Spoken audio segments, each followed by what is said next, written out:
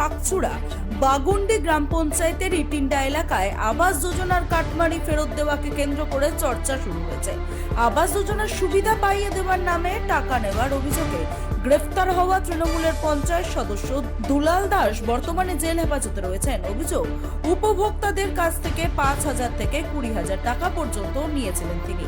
এদিন তালিকা অনুযায়ী নাম ডেকে প্রায় 50 জন উপভোক্তার হাতে সেই অর্থ তুলে দেন অভিযুক্ত সদস্যের স্ত্রী ও পরিবারের সদস্যরা।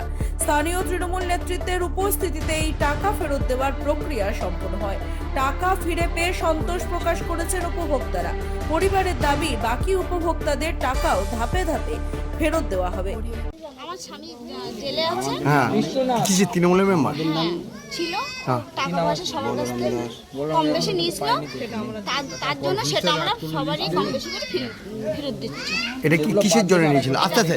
এটা হচ্ছে ঘরের জন্য, ঘরের জন্য ঘর দিয়েছিল, সেই ঘরের টাকা আমরা ফেরত দিচ্ছি। আর স্বামী জেলও তো খরচের জন্য। হ্যাঁ, মানে কি হয়েছে এর আগে বলুন, ঘটনাটা কি হয়েছিল আপনার বাড়িতে? আপনার বাড়িতে তো লোকজন গিয়েছিল, পুলিশ সবাই গিয়েছিল। কতজনকে টাকা ফেরত দিচ্ছেন এখন? আমাদের নাম কই স্যার? যেগুলো লিখিত আছে সেগুলো কত করে ফেরত দিচ্ছেন টাকা? কম বেশি করে দিচ্ছি। আচ্ছা, কম বেশি করে সবারই দিচ্ছি। টাকা আপনার নাম দিদি? আপনার নাম?